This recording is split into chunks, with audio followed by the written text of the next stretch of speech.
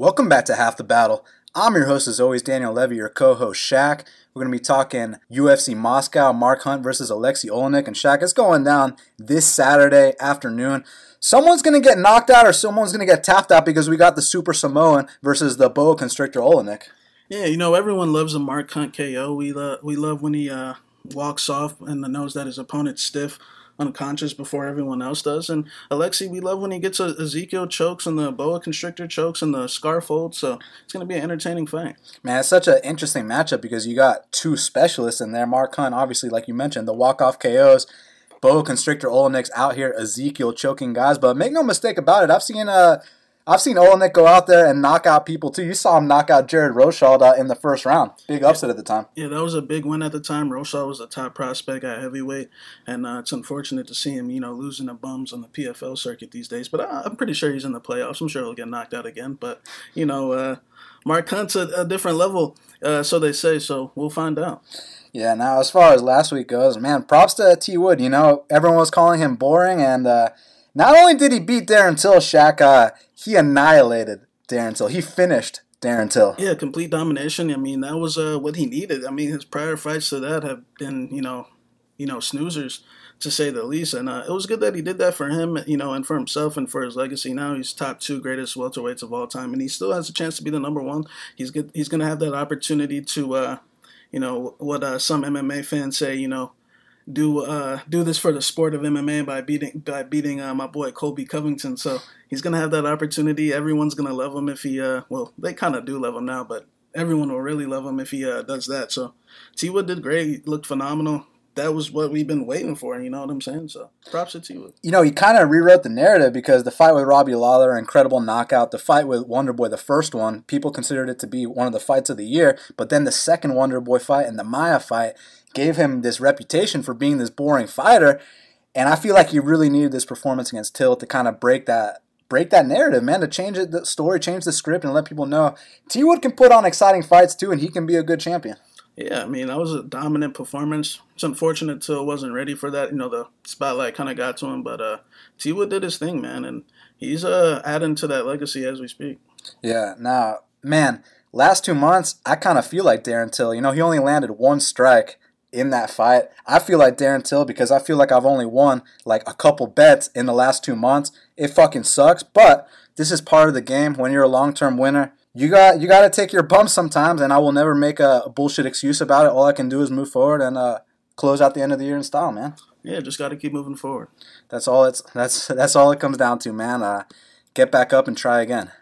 And speaking of which, first fight of the night, we got Merab Dvalishvili. He's minus 550. The comeback on Terrion Ware is plus 425. Now, a lot of people think Merab's Russian. He's not Russian. He's Georgian. That being said, Georgia is right next to Russia. If this fight was in Vegas, would you maybe consider a shot on the plus 425 underdog Terrion Ware here? Yeah, Merab.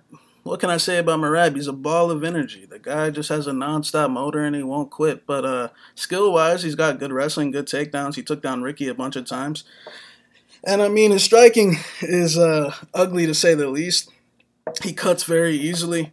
He tires out very easily, but that motor inside just keeps running nonstop. And Terrion Ware, I mean, he's a good boxer. He fights everyone tough, but the common outcome is, for both of them, they've lost, People can say whatever they want about Merab's second fight with Ricky. I saw a guy that was unconscious on that mat. I don't know about everyone else, but I saw a guy that was unconscious. I thought he lost the second round, to be honest, as well, but the guy's motor, just never stops. He has the will. I think Terrion has the will as well, but, Terrion's fighting in a country where he needs to make this thing one-sided. He needs to get a knockout. It can't be a back-and-forth fight because I truly feel like they're going to give the decision to Merab this time. But I do think Terrion's the better striker by far. I think if Merab slows down, Terrion can capitalize with his, volume boxing style. But like I said, this thing has to be one-sided, so therefore I have to go with Merab Dvalishvili. I think he's going to win a close back-and-forth fight. I think both men are going to, wobble, or I think he will get a couple takedowns. But I think Terrion can get up, and I feel sad for Terrion because he could have got his first win in his last fight against the fraud kid Dukanwa, but things didn't go his way. Things tend to not go Terrion's way. The first 2, I wouldn't say he got robbed or anything. He clearly lost those fights, but it's unfortunate that that fight when Dukanwa didn't go his way, and both of these guys' backs are against the wall, so let's see if they make it happen, but I got to go with Merab. It's tough for me to call just because I feel like Terrion's actually better than Merab. But this whole being in Russia thing, Merab's going to be considered the adopted Russian on this card, man. Even though he's from Georgia, they have a huge Georgian community over there.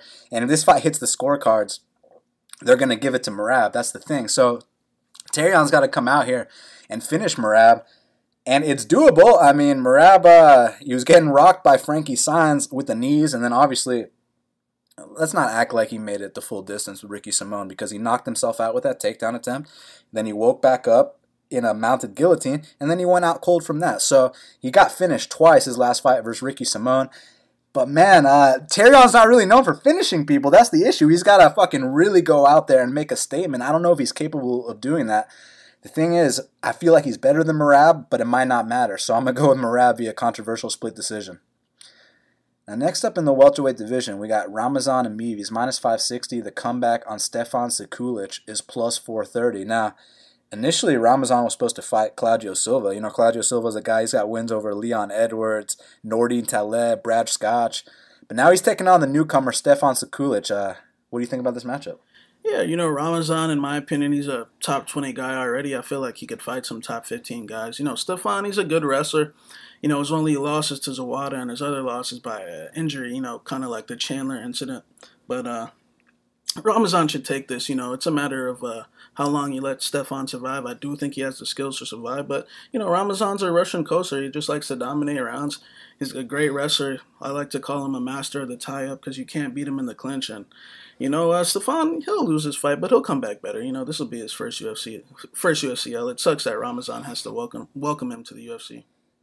Yeah, absolutely. Ramazan, he made his UFC debut against a 205er in Sam Alvey. This kid fights at 170. He made his UFC debut against a 205er in Alvey, beat him via unanimous decision on all three cards, obviously.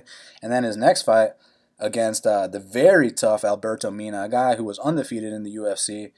Ramazan went out there and not just handed him his first L in Brazil, in his home country. So Ramazan's known for handing out first UFC Ls, and I think that trend continues here as the minus 560 price tag indicates. Stefan Sekulic, very tough guy. I actually think he will have a bright future, but I think he's got to take a setback here, most likely via a dominant decision. Now, next up in the middleweight division, we got Jordan Johnson. He's a minus 250. The comeback on Adam Yandiev is plus 210. Now, you going with the D1 wrestler Johnson, or are you going with the Russian royalty Yandiev? Yeah, this fight's a little, raises some eyebrows because, Johnson, I think he's a little bit overrated. He's dropping to 85 when I thought he was slow for 205, to be honest. He likes to eke out rounds. I like to refer to him as, the young Gray Maynard of the 205 division, like how Gray back in the day used to squeak out split decisions and unanimous decisions. And, like when he fought Roger Huerta or Nate Diaz, for example. But Jordan Johnson, he's it seems like he has a pattern of falling behind, and then when he falls behind, he likes to realize, okay, let me just tie this guy up and squeak out this decision. And, his opponent, Yandiev, from what I hear, this guy's a Russian mobster, man. You're seeing him in suits with the politicians. He's sitting down with the Dimitris and the Vladimirs. He lives in a fucking palace.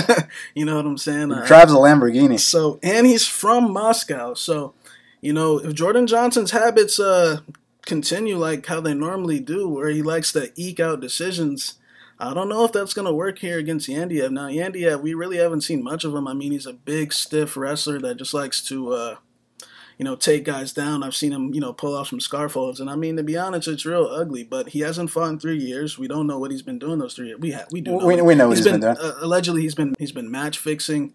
He's been... I don't know if he's been dumping gasoline on people, but he's got 1 million followers on Instagram. The guy's connected, just put it that way. So, Johnson better not fight close in this fight because he might get let down. But, Yandiev, Johnson's the better fighter, but Johnson likes to play around a lot. But if this Yandiev guy has made improvements in this 3-year layoff, then I wouldn't be shocked if he pulled off a split. But I have to go with Jordan Johnson. Just because, I've seen more from him. I know that he's a D1 wrestler. He likes to tie guys up. I feel like his hands are a little slow. He likes to strike at his own pace, but he gets his job done. But it's going to be real sketchy in my opinion, man. This is a fight I don't want any part of. Just considering Yandiev's background, just on that alone, the guy's connected, and you fight close against a guy from Moscow with the type of connections he has, then, you might get let down. The issue with Jordan Johnson, he's a habitual underperformer. Like, the guy could be so damn good. He's a D1 wrestler, but I feel like he's one of these D1 wrestlers that probably doesn't even train his wrestling anymore. He just relies on the fact that he has that background. I mean, you saw that fight with Adam Milstead, man. He won it, but he should have made a bigger statement in that fight.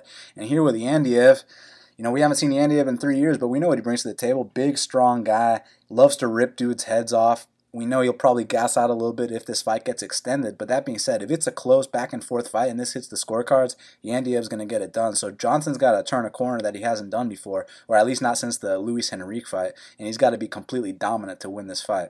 I'm going to go with Adam Yandiev via controversial split. Now, next up in the light heavyweight division, we got the return of Magomed Ankalaev. He's minus 440. The comeback on Marcin Prachnio is plus 350. Now, you think Magomed is going to actually win this fight this time, or you think he's going to get knocked out with 3 seconds left? Yeah, it's an interesting fight. Prachnio, that knockout loss in his debut to Sam Alvey. Sam Alvey, who wins the majority of his fights. I think he's like 11-4 in the UFC. And, Alvey knocks a lot of guys out. He knocked out Cesar. He knocked out Dan Kelly. He knocked out Dylan Andrews. He gets a lot of knockouts. And, I don't want to judge Prachnio solely off that loss because I do feel like he's going to come better. He's going to make adjustments. And, we only got to see less than a round from him against against a formidable UFC middleweight. And, Ankalaev, I felt like I did see the best of Ankalaev. He was in there against the worst light heavyweight on the roster, and he found every way possible not to finish him. He left him hanging around, and I felt like I kind of questioned Ankalaev's heart, man. I felt like, the fight was in the bag, and, he just seemed like he didn't really want to engage. I know he's one of the more of the Russian coaster type. He likes to edge out rounds and look pretty and whatnot. But I feel like, they could be in for a surprise this fight. I feel like Prachnio is going to come a little better, but I know I saw the best from Ankalaev. I do feel like he's the better fighter here all across the board, but I question his heart. And, although, the triangle might not be a weapon here, that's why he lost his last fight. What happens when he gets touched on his chin? Because I feel like this guy, Prachnio, I know he charged that Alvey with his hands down, but he had the balls to do that. I feel like Ankalaev doesn't have any balls. So I'm going to go for the upset. I'm going to take my boy Marcin Prachnio by knockout. Man, I feel like Ankalaev, the way he lost his last fight, man, you're about to get this 30-26. There's 2 seconds left, and you tap out to that triangle choke. I'm surprised he's even making his second appearance here. I'm surprised they found him, but they did find him. And as far as this matchup's concerned with Marcin Prachnio, the issue with Prachnio is he's stiff, he's slow, he charges forward in a center line, he doesn't move his head, he doesn't cut angles. So I feel like that's going to give the opening and the targets for Ankalaev to not only get these takedowns, but to outstrike him as well. Ankalaev, good jab, good left high kick. I feel like the openings will be there.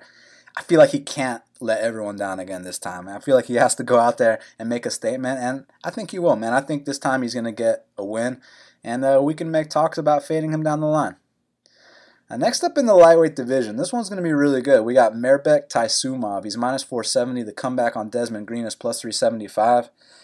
Now, Shaq, 96% of Mairbek Taisumov's wins have ended inside the distance.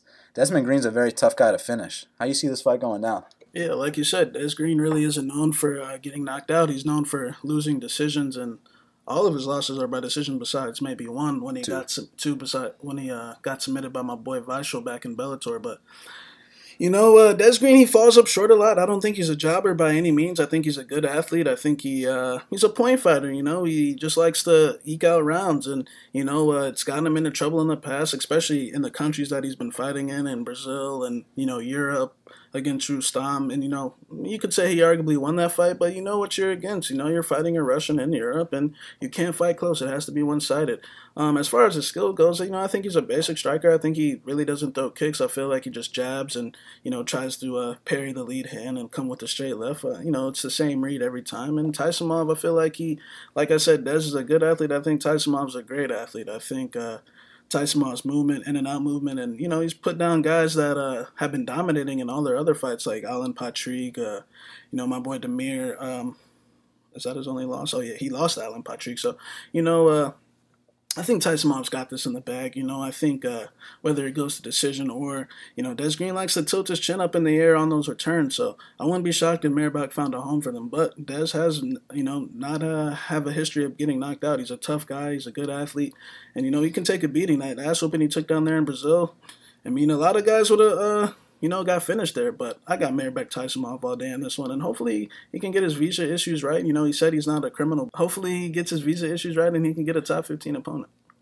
Yeah, 100%. The guy's one of the most exciting guys in the lightweight division. I feel like he hasn't gotten the credit he deserves, but, man, he's been getting better every single fight, and he knocks out guys that have never been knocked out before. Alan Patrick, Damir Hadzovic. I'm sure Felipe Silva has been knocked out in Muay Thai competition, but I believe in MMA that was his first KO loss. So he definitely Taisumov definitely has that power. As far as Green's concerned, very athletic guy, very talented, very experienced, D1 wrestler.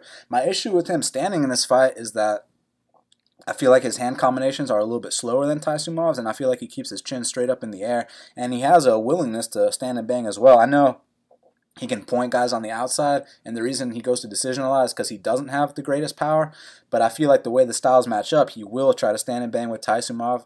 Des Green is willing to stand and bang with anyone. He's competitive with almost everyone he fights, but I feel like Mairbek has he's got a ton more horsepower, and Des Green's chin being in the air is not gonna be a good thing here. So I'm gonna go with Taisumov via knockout.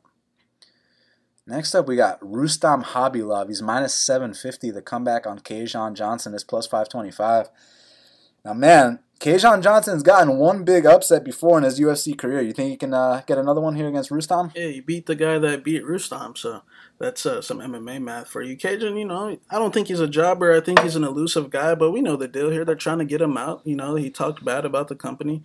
You talk bad about a company that you work for. Don't be shocked if they let you go, and they're setting him up here clearly. Rustam's got this most likely by, 30-27, 30-26.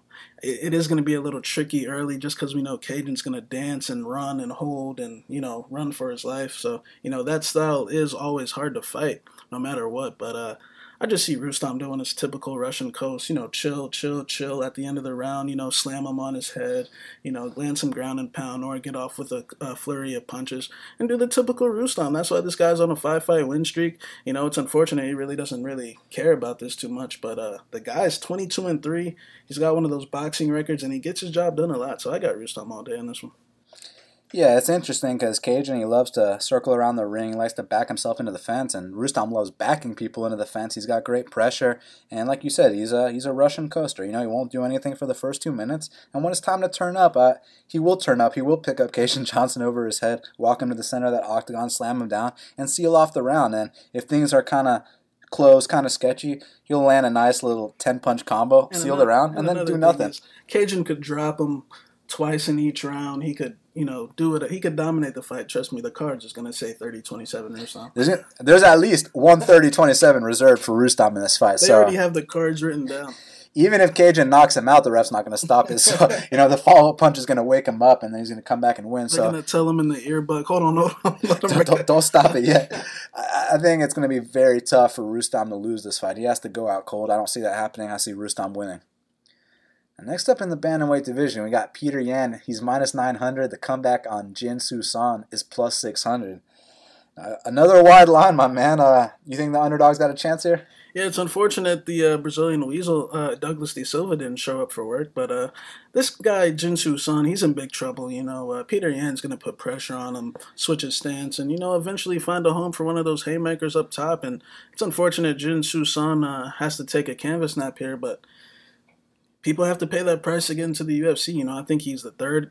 Was he the original replacement? Yeah. So, Petr Yan just a better fighter all across the board. Jin Soo Son, I see my boy Korean Zombies down there with him in Moscow. So, he's got some good people around him, but unfortunately, he's going to get knocked out. Yeah, Jin Soo Son, I was watching some of his fights, and, man, that was some let's just put it this way. My guys in the NFC would beat his ass. That was some real regional level shit. Petr Yan's probably going to walk through this guy. He's going to walk him down, land every shot in the book, and eventually it's going to be a knockout. So I'm going to go with Petr Yan, and Korean Zombie will be a good mentor for Jin Soo Son after this loss. Korean Zombie had to take a canvas nap too back in the day against my boy George Roop, and he bounced back. I remember that. Next up, Is this in the middleweight division or the light heavyweight division? Middleweight. Next up in the middleweight division, we got Khalid Murtazaliev. He's minus 150. The comeback on CB, the Doberman Dollaway is plus 130. Man, initially it was supposed to be Omari Akhmedov versus CB Dollaway, but now it's Khalid. Who you got? It's unfortunate Omari pulled, man. It's really unfortunate. CB, God, the guy, I would say he is closer to the end. You know, he is 35 years old. He's been in the UFC for over 10 years. You know, he's got some good wins. He was the first guy to knock out Cesar Mutanch. He beat Francis Carmont when that actually meant something. Joe Dirksen. Joe Dirksen was on like a serious win streak. You saw that submission, right? Joe Dirksen had won like 20 fights in a row or something like that. I can't remember what it was, but you know, CB, he had his time. You know, mentally the guy's not there in my opinion. Dating back to the Jared Hammond days when he's completely dominating the first round and then he pulls a quick job in the second round. Dating back to the Tom Lawler days when he shoots head and first into a guillotine. Mark Munoz. The Mark Munoz KO. I mean, the Nate Marquardt fight. The guy's had some serious blunders in that cage before. But he is experienced. Kind of like what Dana said about T Wood. You know, you look at this guy, you think they made him in a factory. You know, he's an athletic white boy. You know, he's 6'2", 185, and I mean, go to Wikipedia and look at them wrestling credentials. Like the guy is very credentialed when it comes to wrestling. But I mean, he's a meathead wrestler. You know, he just makes a lot of mistakes out there, and you know. His fight with Ed Herman, I mean, it was an ugly fight, but one thing you can say is CB's strong. He's a horse. He can wrestle. It's just that chin. He's always been prone to those overhand rights. I mean, the Marquardt fight, pretty much all his fights that he loses, or he always gets caught with an overhand right, but he can always bail himself out with his wrestling about 50% of the time. And Khalid, you know, on the other hand, you know, I'm really not impressed with him. You know, I think he's got a good kick to the body. I just think he's average, you know. He's one of those guys that also kind of like Rustam, but without the explosion. He just likes to chill, and take guys down. It's going to be real interesting to see how they match up, to see if Khalid can take him down. I highly doubt it, considering CB's wrestling credentials. And one thing, you know, like I said about the Ed Herman fight, you know, it was ugly, but CB landed a lot of ground and pound in that third round. It was, you know, he did get a 10-8 round on one card. The guy can wrestle, so Khalid better be ready to wrestle. I think CB has a size advantage. But, I mean, in my opinion, you really can't trust either guy. I wouldn't be shocked if CB pulled it off, but, you know, I can't pick CB in a fight these days, so I'm going to take Khalid. But I'm really not impressed with him, man. I think he's on the lower end of the totem pole when it comes to these Russians. And he's undersized, but CB, how can you trust that chin? 35 years old, with some of the quip jobs he's pulled in the past, and some of the hellacious beatings he's took in the past as well. So, you know, that Machida fight, that Bisping fight, and, you know, the fights I was referring to in the past. So I'll take Khalid. You and the Hector and the Ed Herman fights. Yeah, I mean, you know, he can wrestle. Yeah, he can wrestle. He hits hard too. But listen, man, as far as his matchup, I think Khalid Murtazaliev is a bit undersized for the weight class. I'm not sure if he can make 70, but he's definitely a smaller 85er. And CB's a fucking big 85er. But then there's also the thing where Khalid's a 24-year-old kid and CB's only got a couple fights left. I kind of feel like CB is a live dog if this was in Vegas, but this being in Russia, it can be a close fight. They're going to give it to Khalid. Obviously, a good body kick for Khalid, good offensive takedowns. But, man, he doesn't really throw hands unless he has to. And it's going to be interesting to see if, he has a boxing type approach against a guy like CB Dollaway, if he's not able to get his takedowns going against a D1 wrestler. But we've also seen CB get stopped with body kicks in the past, so that won't surprise me either. I see it potentially being a close fight. I do think CB's a live dog, like I said, but it's Russia, so any kind of close decision will go to the Russian here. So for that reason, I'm going to go with Khalid Murtazaliev. And, this is one of the fights we were looking at just because every single line here is fucking jacked through the roof. It's more, these lines are more juiced than Brock Lesnar, so I had to look at the slight favorite here, a Russian at minus 150, but then we looked into him and we understand why he's at that price. But I'm going to still pick him here. Next up in the welterweight division, we got Alexey Kunchenko. He's minus 525. The comeback on Thiago. The Pitbull Alves is plus 415. And you think my boy Peach Bull is going to have his once-a-year clinic in this one? Yeah, this guy Alexey, it's unfortunate the M1 side doesn't work, but I mean, he is 18-0. He's won every fight he's been in. You know, that has to be respected on some level, no matter who the opponents He's are. royalty over there. No matter who the opponents are, you know, you go undefeated in a promotion, you know, that has to be respected. Now, Thiago, you know the deal with Thiago. Every once in a while he shows up, but the last time he showed up, it was against Cote, who, you know what happens in retirement fights. These guys just coming for that last little 100K, and, you know, they're looking for an exit. But, you know, Thiago, you know, I actually felt like he showed heart in that Curtis Millender fight. He took that fight on short notice, a fight where he didn't have to take, but he kind of had to take it, considering what he did. That stunt he pulled? The stunt, what he did with Mike Perry. And, Thiago, I mean, what can I say? You know, when it was time to bite down against Millender, he actually moved forward, and after he got dropped, he came forward, and, you know, he showed heart. You know, this Alexey guy, it's kind of unknown. But, you know, I'm assuming he's just this high of a favorite just because he's won every fight he's been in, and he's from Moscow, and, you know, we know the deal here. But I wouldn't be shocked if Thiago, you know, pulled off the upset here. This Alexey guy, you know, I don't like to judge things off looks, but he kind of looks like he's a little older. He kind of looks 34. like He looks older. like he's in the ladder of his career. So, you know, the UFC is a different ball game.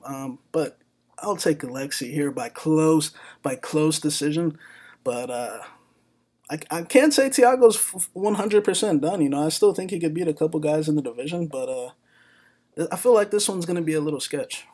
I mean, look, full disclosure, I wasn't able to watch Alexey's last couple fights just because, you know, they weren't available. But I did watch some of his older fights, and in some of those older fights, he was still looking like an old man, plodding forward. I mean, good takedowns, I guess, but unless he's made some massive improvements, I can actually see Thiago Alves winning this fight. But then again, it being in Russia, Thiago's got to go out there and flying knee this dude and knock him out cold because this goes to decision. I don't care if Thiago drops him every round. They're going to give it to Alexey. The guy is royalty over there, so it's probably going to be another controversial decision for the Russian here, but Thiago's definitely a live dog, and if this was in Vegas, we'd make talks, but it's not in Vegas. It's in Moscow. I'm going to go with Alexey via split decision. Next up in the heavyweight division, we got Andrei Arlovski. He's plus 105, and Shamil Abdurakhimov is minus 125. So, man, you got the Russian point fighter, or you got the Belarus point fitter? Oh, yeah, I forgot he isn't from Russia. I mean, it's kind of Russia, but not really. It's not Russia. It used to be Russia. Yeah, I mean, Shamil, I liked his last fight against Chase Sherman. It was great because, you know, Sherman was saying Shamil's the most boring heavyweight on the roster. And then afterwards, Shamil said, hey, you just got knocked out by the most boring fighter on the roster. So that was pretty funny. Andrei, I mean, he's been looking real good these days. But, you know, that last fight with Tuivasa, I thought he performed well. You know, he does test these young kids, but I can't really put Shamil in that category. You know, Shamil, he's either, you know, improving or he's just, you know, I mean, the guy was winning the entire fight against Black Beast, and then, you know, he got knocked out. But we know Black Beast has a tendency to do that. So, you know, it's going to be interesting. You know, Arlovski kind of has a pattern. You know, when you think Arlovski's done, you know, then he puts a couple wins together, and then he gets knocked out, you know, a couple more times, and then he puts a couple more wins together. So, you know, I could see that trend happening. You know, he's very agile for a heavyweight. He's got a nice, you know, point fighting style with his boxing. You know, it seems like he has made improvements to ATT, but you never know what you're going to get with a guy like Arlovski. You know, he could get floored with the first punch. You never know.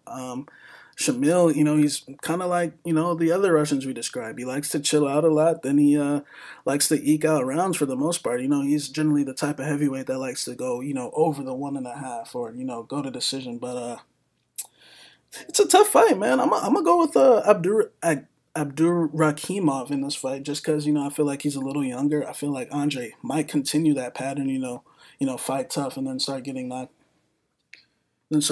out. But it's a tough fight, man. It's lying close for a reason. But I'm going to take Shamil. You know, I think Andrei's going to be getting off to a good start. But I feel like he's going to, you know, eat an overhand right on the counter and probably go down. Yeah, I'm going to have to go with Shamil here, too. I'm not buying this whole Andrei's back shit. I mean, he was on a 5-fight skid recently. And I know Tibura tried to, you know, ask him for an autograph in the middle of the cage in their fight. I know Stefan Struve won't pull a trigger to save his life. I know Junior Albini wears diapers out there, but he's not fighting those jobbers anymore. And yeah, he performed admirably against Tai Tuivasa. He still got his ass whooped. And I feel like against Shamil, you know, Shamil doesn't get the respect he deserves because, you know, he has been stopped once or twice. But the bottom line here is, Shamil, if that fight with Black Beast was a 3-round fight, he would have won 30-27. But when it went to the fourth, he got stopped. This is a 3-round fight, and I see Shamil outpointing Andrei Arlovski. I think he will pull the trigger more than Andrei will. Unless he's got some fanboy shit for Andrei, which a lot of these guys do. It's kind of crazy, but I just don't think a Russian in Russia will. I wonder if he's even heard of him.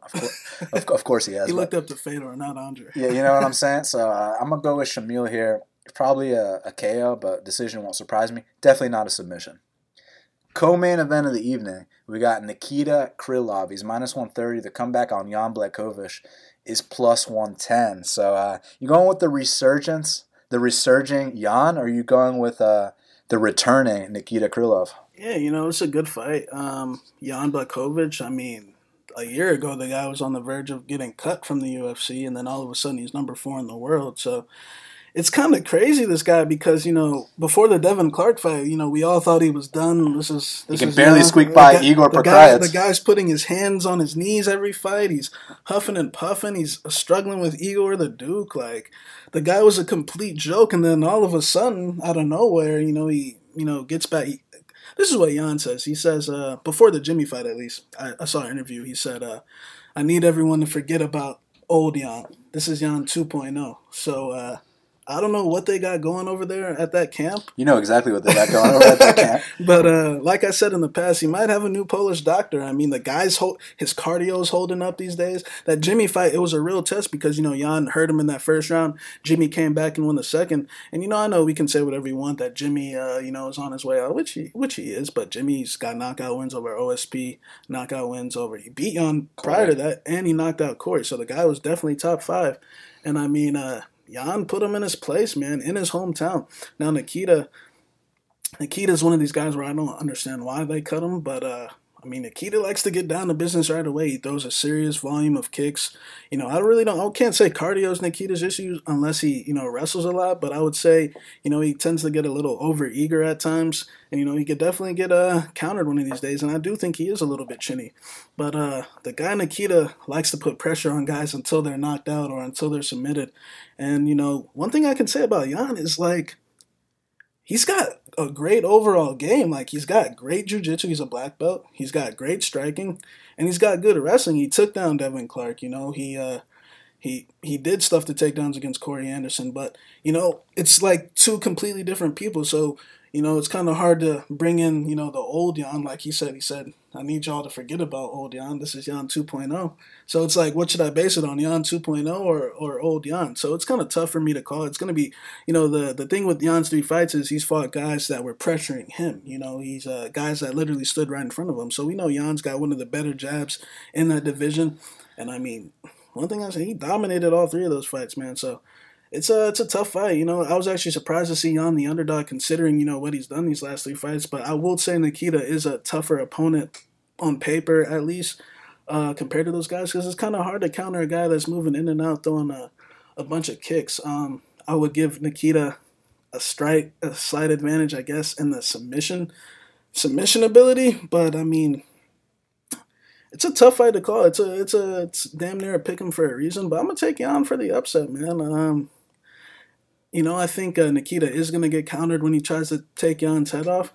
And, I mean, you get hit by a guy like Blachowicz, he'll make you back off. So, and I feel like Jan's a better fighter. At least Jan 2.0 is the better fighter, across 3 rounds. I feel like Nikita, He's never been with. Well, once he's been with 3rd round against Soa. That's it. Exactly. So he's a finisher, but I feel like Jan's a better fighter. Jan 2.0 is a better fighter across the 3-round period. But who knows who's going to make Jan resort back to his old tendencies, It's a great question. And I'm not sure if Nikita got cut or if they offered him something laughable and he's like, yeah, I can make more on the Russian regional scene. And now he's coming back for a co-main event, so I hope he's getting what he deserves.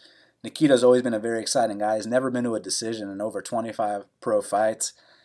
His jiu-jitsu is really underrated, man. I mean, the guy's going for sweeps off his back and he's tapping out black belts. He's doing the whole bit. He can knock people out. One thing I like is that, he'll throw that lead high kick, then go to a 1-2, then a right side kick. So he's got that windmill down.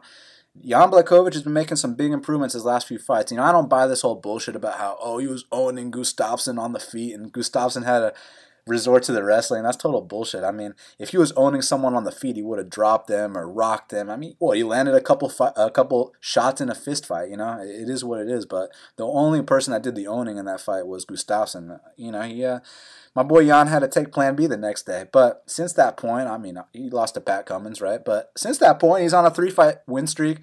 Beat a couple guys. I know Nikita would have probably beat those guys too, but now they fight each other. I'm just curious if Nikita can bring out the old tendencies from Yan. You know, his pressure is the kind of pressure that can make a guy like Yan gas out. I don't think that Nikita is as chinny as Jimmy Manoa. I don't think he's as green as Jared Cannonier, and I don't think he sucks like Devin Clark. So I actually think this is the toughest guy in Jan Blachowicz' last few fights. And I actually see Nikita coming out here and beating Jan Blachowicz. I'm not sure if it's going to be his first decision win or if he's going to continue the finish streak, but bottom line, I see Khabilov getting this big win, and he will officially be a top 5 guy after this. Main event of the evening, we got Mark Hunt. He's minus 170. The comeback on Alexey Oleinik is plus 150. Now, Shaq, this is in Russia, but I have a feeling this one is not going to go the 5-round distance. Hey, I could be wrong. Bigfoot Silva and Mark Hunt went the 5-round distance the first time. But just the way that these two match up, man. The Ezekiel choke or the walk-off KO, which way you going? Yeah, Alexey, I kind of would refer to him as a gimmick fighter, but it's a good gimmick. I mean, he's submitted 40 people with that gimmick, people. so it definitely is an elite gimmick. He's a choke specialist. Exactly. So he's also got hands. It's ugly, and he kind of throws guys off. But when I look at his wins, I mean, he did beat a guy like Travis Brown, who I mean, that guy. Dana said he should retire afterwards. That guy fucking sucks. That guy's too busy swiping my girl around his credit card. And then he beat Junior Diaper Boy Albini. Which a lot of people were picking Albini in that fight. And the thing with Alexey is,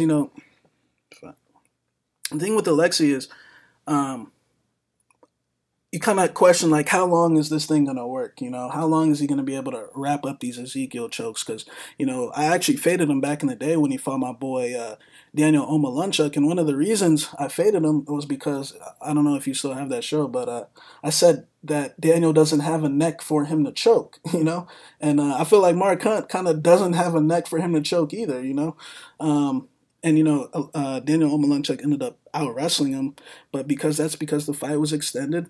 And, we know that jiu-jitsu guys typically, once you do stuff their submission, when you do push them, when you do, make them work, they'll flop to their backs. And, they really don't have much options. And a guy like Alexey, when he's tired, those punches that he throws, like with a guy like Mark Hunt, who's put down guys like, Struve and Black Beast, he made Black Beast quit. Between you and me, he knocked down Werdum twice.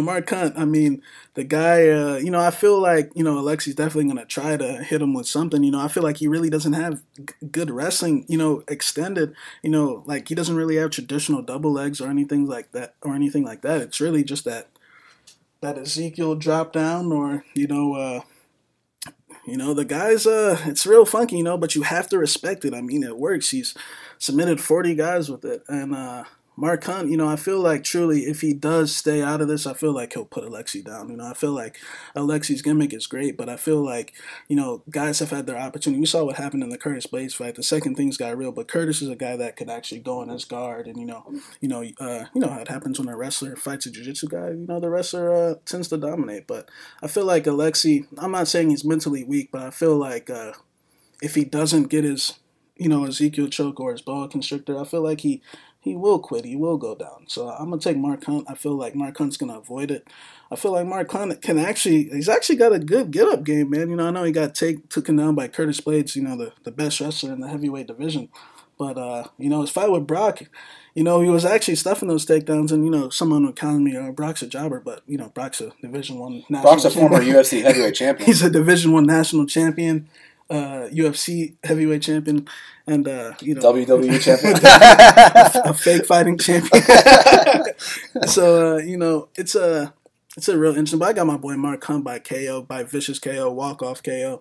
I think Alexey's going to try, but like I said, I don't think he has a neck for him to choke. But, that might be bullshit. But Mark Hunt has tapped several times before, not in a while. But Sean McCorkle. Not in a while. He's kind of patched up that game a little bit. But, he can get up from bottom, man. But like I said, I don't think Alexey's the type of guy that can ride out top position or anything like that. He goes for those subs right away. And the longer the fight goes, Mark Hunt's the better guy. We saw Mark Hunt, knock out Derek Lewis in the 4th round. So I'm going to take my boy. Yeah, great matchup. I'm very excited about this fight. As far as Alexey's game is concerned, obviously he's a specialist with the chokes. I mean, he submitted 40 to 50 people with the chokes. He's absolutely nasty, but let's not sleep on his knockout power either. Even though those hooks are ugly, they lay on Mark Hunt's chin, and Mark Hunt will go down. Alexey does have the capability of dropping Mark Hunt, but that being said, Mark Hunt is so much more technical. He's a lot faster. He's even more athletic than Alexey, and I feel like the left hook is going to be a big home in this fight for Mark Hunt. Alexey has been getting wobbled in a lot of his fights, but he finds a way to work around it and either drop the guys or choke them out, like he did at Travis Brown. He got dropped in that fight early, but then he came back and dropped Travis Brown. In this fight, I'm not sure if you can get away with getting wobbled by a guy like Mark Hunt. I know Doom did.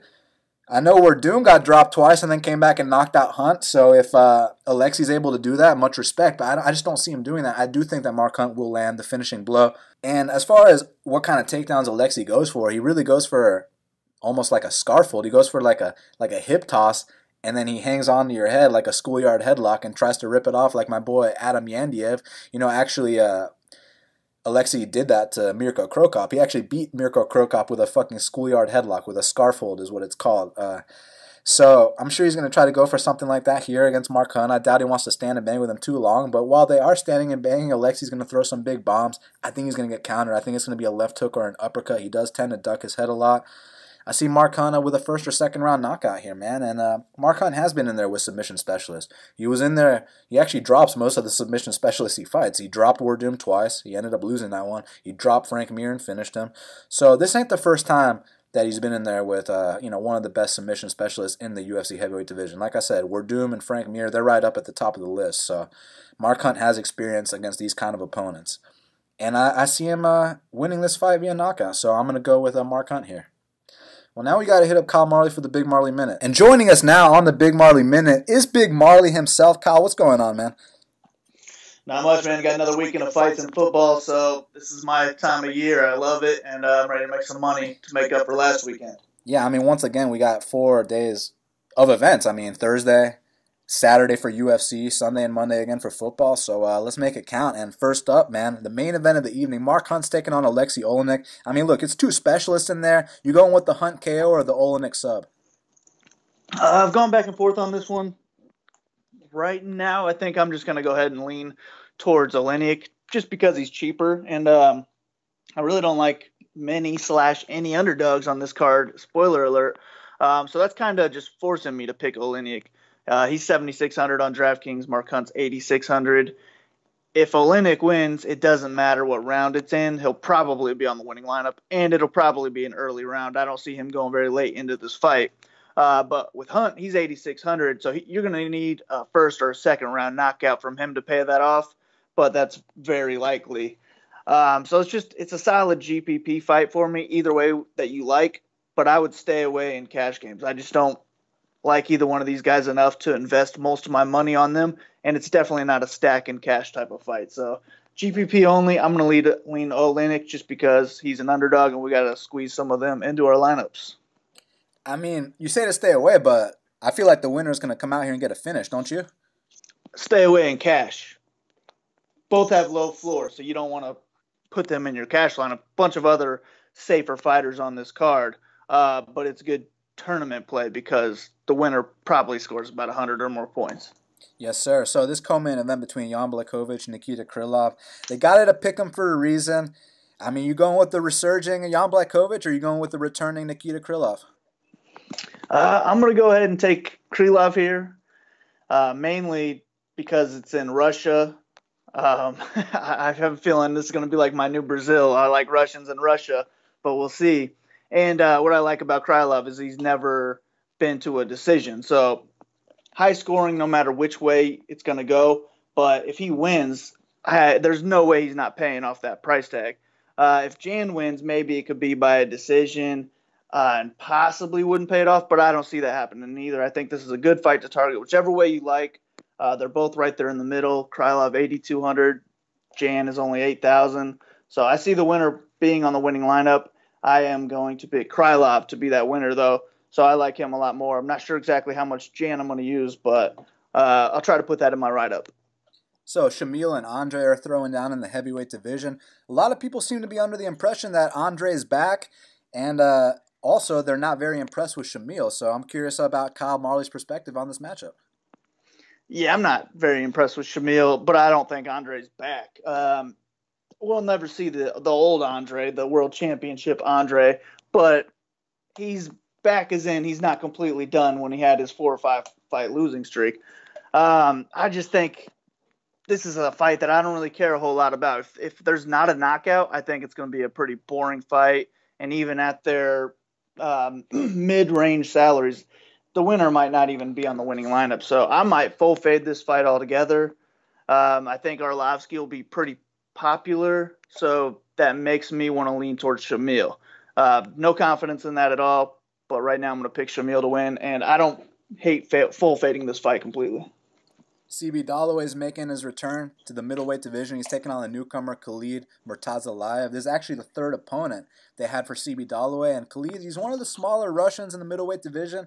Obviously, you know what he brings to the table, so I got to know, man, you going with the D1 wrestler or are you going with the Russian?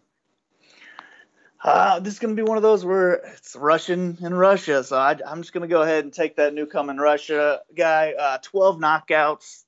That's what you want when you're picking against CB, because I don't think CB has a whole lot left in the tank, especially with his chin.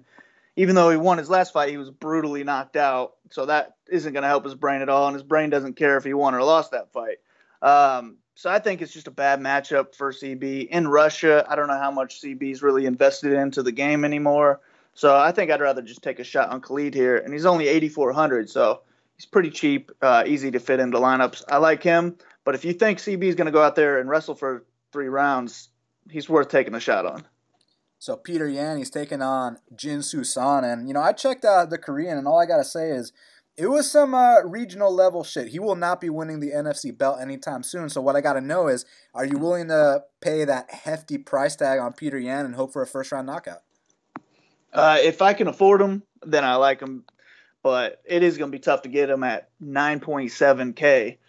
In his last fight, he did score 125.5 points. So if he can do that again, then he'll end up on the winning lineup, even at that high price tag. It's just such a high price tag when there's a bunch of other heavy favorites that I like on this card. So I probably won't have a whole lot of them, but he's definitely my preferred play, and I think he's going to go out there and dominate. We've got a possible future champion on our hands here. And I like him more in cash games at his minus 900 betting line, because it's pretty much a sure win. Just lock that in, try to find 4 others.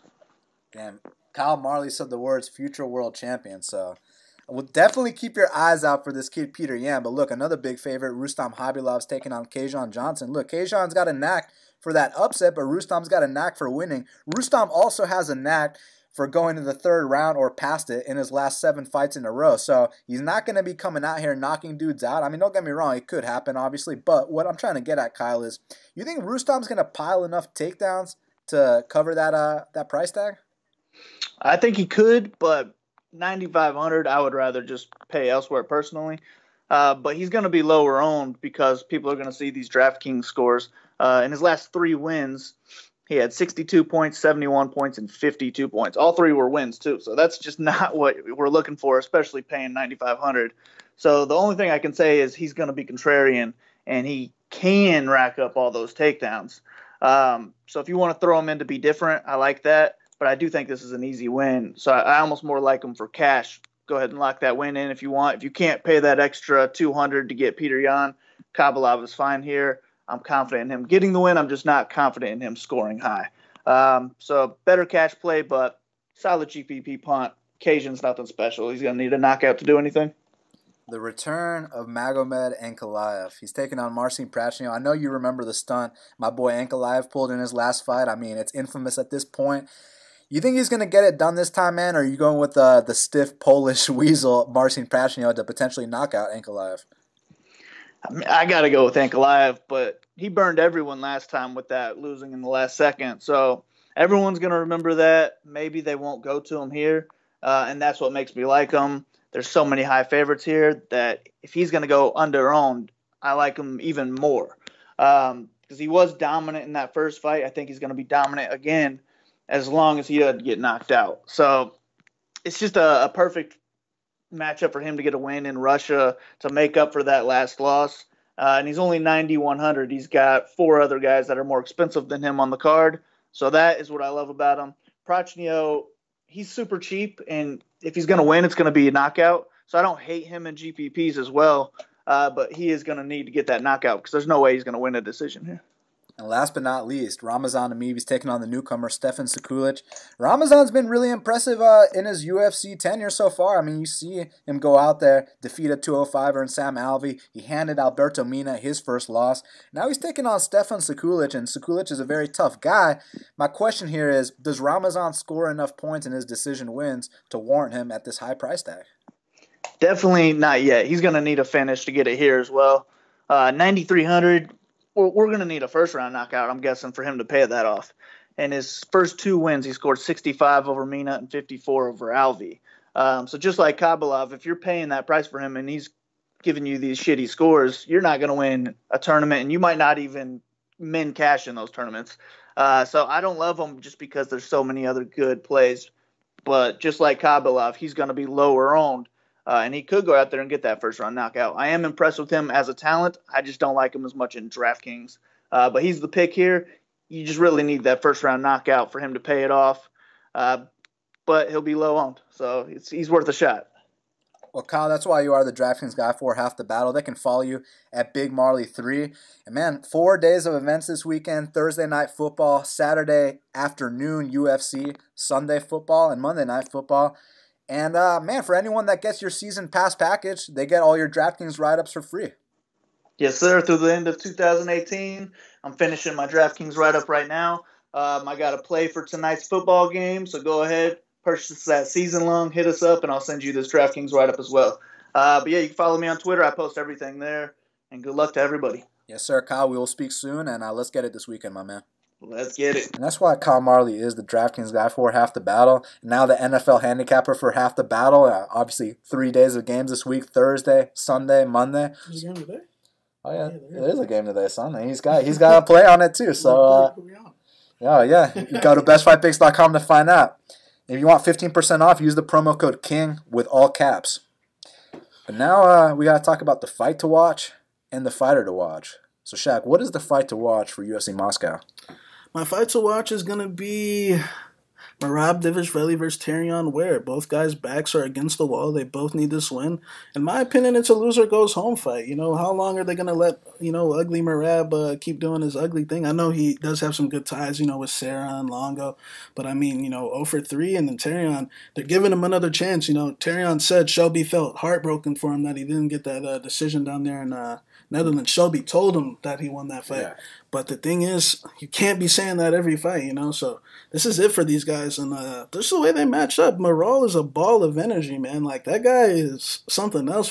Like, that guy just doesn't stop. And Terrion, I love watching Terrion fight just because, we don't, even though he really doesn't have that many boxing credentials, I feel like not too many guys can box like him, He's the one that gave O'Malley his toughest fight. He didn't get dropped by O'Malley. He definitely got his ass beat, but he gave O'Malley a fight. So that's my fight to watch.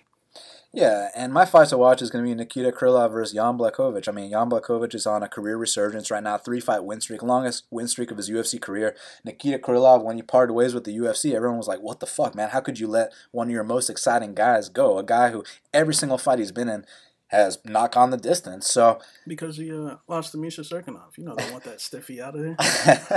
Man, that was a Serkinov coming off 3 straight wins. So you know what I'm saying? He cranked Alex Nicholson's jaw, Ion Kutaleva's jaw, and unfortunately Krylov's jaw as well. But Krylov, he put in some work on the regional scene. He knocked out Emmanuel Newton. He knocked out Fabio Maldonado. Now it's time to come back here in the UFC and see if you still got what it takes, man. And he's a young kid, only 26 years old. So I'm very excited for that fight. I think it's going to be fight of the night or knockout of the night. I'm going to go with Nikita Krylov versus Jan Blachowicz for my fight to watch.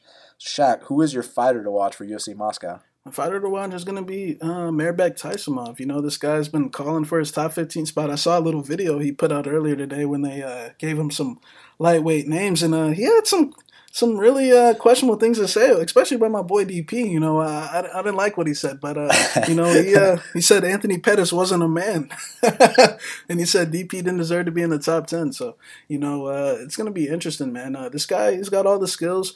He needs to get his visa issues worked out, and hopefully we see another spectacular knockout.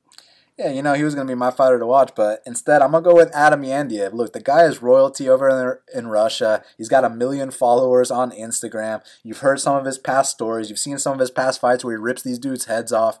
I want to see if he's going to go out there and make it close with a guy like Jordan Johnson, who has a habit of fighting close with every single person he's in there with, because I truly believe if that's the case, Adam can get this decision. Or is he just going to gas out after the first round and get laid on? So I'm actually really curious to see what he does. I'm curious to see the judging, the reffing, everything in that fight. So Adam Yandiev is my fighter to watch. Well, Shaq, it's going down this Saturday afternoon. UFC Moscow, Hunt, and Oleinik. It's actually a really good card. I know the lines are a bit wide, but so what, man? UFC is going down this Saturday, and then after that, it's Brazil time, and I'm excited about Brazil, my man. Yeah, I love events down there in Weasel Country, and there's going to be a lot of weaseling going on. Absolutely, absolutely. So make sure you hit us up at bestfightpicks.com. Follow me on Twitter at bestfightpicks. Follow Shaq at MMAGenius05. Follow Kyle Marley at Big Marley 3. Subscribe to Half the Battle on iTunes, SoundCloud, YouTube, and Stitcher. And until the next time, let's cash these bets.